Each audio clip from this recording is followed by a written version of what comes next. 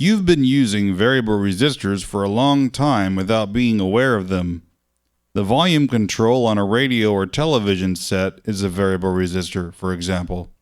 So are the tone controls on a stereo receiver. And we've already used the control in this kit in some earlier projects. In this project, you will get a good idea of just how the control in your kit works. As you make the wiring connections for this project, notice the schematic symbol for a variable resistor.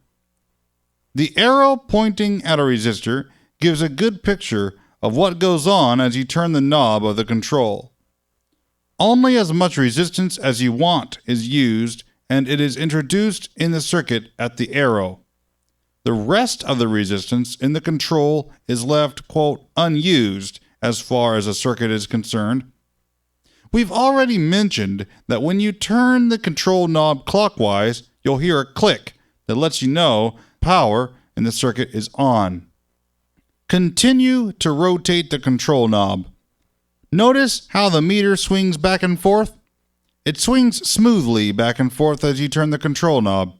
There's no sudden large jump in the meter reading. This sort of action is called linear.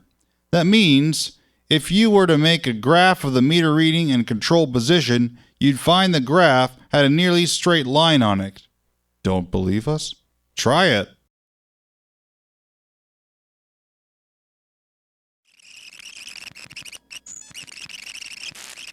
This has been a Cassette Master production.